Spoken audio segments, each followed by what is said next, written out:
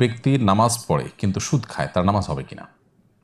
দেখুন, নামাজ পড়ার পর আবার যদি কেউ সুদের কারবারের সাথে জড়িত থাকেন, তাহলে তিনি অবশ্যই গুনাহে লিপ্ত। এবং যেই ইবাদতের পাশাপাশি বা দোয়ার পাশাপাশি মানুষ গুনাহে লিপ্ত হয়, বিশেষ করে হারাম উপার্জনে লিপ্ত হয়, সে ইবাদত তাকে কতটা আল্লাহর কাছে প্রিয় পাত্র করবে, তার কতটা উপকারে আসবে, সেটা প্রশ্ন সাপেক্ষ বিষয়। তবে দোয়ার ক্ষেত্রে স্পেসিফিক বলা আছে যে হারাম উপার্জনকারী, হারাম ভক্ষণকারী, তার দোয়া আল্লাহ তাআলা কবুল করবেন না। আর নামাজও কিন্তু এক প্রকারের দোয়া, সেই অর্থে নামাজটাও আল্লাহর কাছে কবুল হওয়ার সুদূর পরাহত। অতএব তার উচিত হলো সুদের কাছ থেকে সরে আসা। তবে এর মানে এই না যে তিনি নামাজ ছেড়ে দিবেন। তিনি নামাজ পড়বেন, দায় মুক্তির জন্য তাকে নামাজ পড়তেই হবে। আল্লাহ সুবহানাহু ওয়া তাআলার কাছে অ্যাকসেপ্টেবল হবে কিনা সেটা তো ভিন্ন বিষয়। কবুল দুই প্রকার, একটা হলো যে নামাজ বা যে কোনো ইবাদত সঠিকভাবে করা, আল্লাহর কাছে সেটা দায় মুক্তির জন্য গ্রহণযোগ্য হওয়া। আরেকটা হলো আল্লাহ সুবহানাহু ওয়া তাআলার কাছে এইটার জন্য আপনি রিওয়ার্ড পাওয়া। এই দ্বিতীয় প্রকার কবুল এখানে হওয়ার সম্ভাবনা ক্ষীণ, তবে দায়মুক্ত আপনি হয়তো হয়ে যাবেন।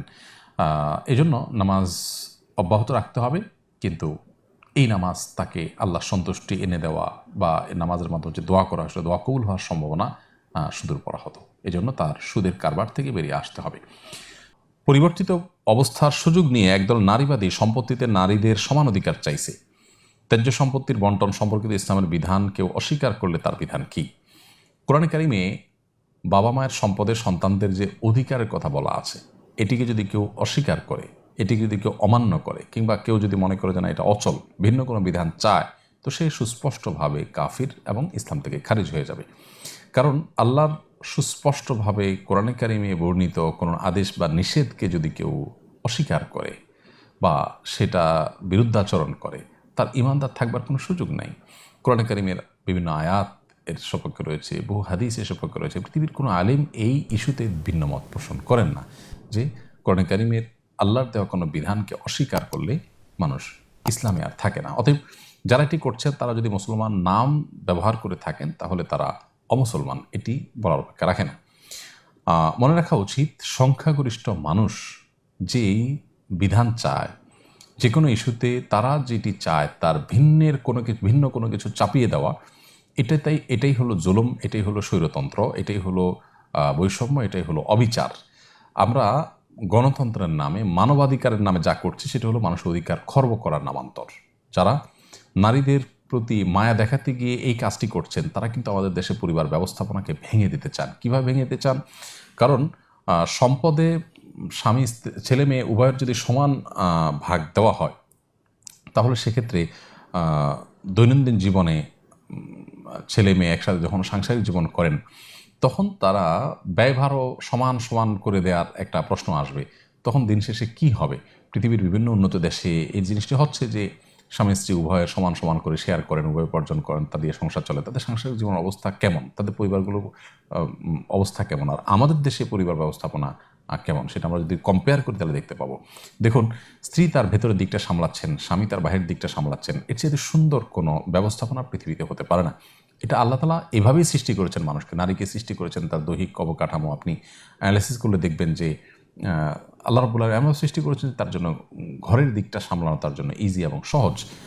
তার বক্ষে আল্লাহ তাআলা শিশুর খাবার রেখেছেন, তার গর্ভে আল্লাহ তাআলা সন্তান দিচ্ছেন, তার শারীরিক সকল কাঠামো, সকল আল্লাহর যে সৃষ্টি শৈলী, সেটি প্রমাণ করে, সাব্যস্ত করে যে তিনি ভেতরের সাইডটাকে সামলাবেন। সো যারা ছেলে মেয়েদের বাবা মার সম্পদে সমান অধিকার নিশ্চিত করতে চাইছেন, শুনতে খুব মুখরোচক শোনা গেলেও তারা মূলত সমাজে পরিবার ব্যবস্থাপনাকে ভেঙে দিতে চাচ্ছেন এবং তারা মূলত অবিচার করতে চাচ্ছেন। দেখুন, একজন নারী তিনি বাবার সম্পদে, মায়ের সম্পদে ছেলের চাইতে কম পাচ্ছে, কিন্তু এই নারী যতদিন তিনি বেঁচে থাকবেন, বাবার সংসারে থাকলে তার ব্যয়ভার বাবার উপরে বর্তাবে, অথবা ভাইয়ের উপরে বর্তাবে, বিয়ে হয়ে গেলে স্বামীর উপরে বর্তাবে, না হলে ছেলের উপরে বর্তাবে, তার নিজের উপরে কখনো বর্তাবে না।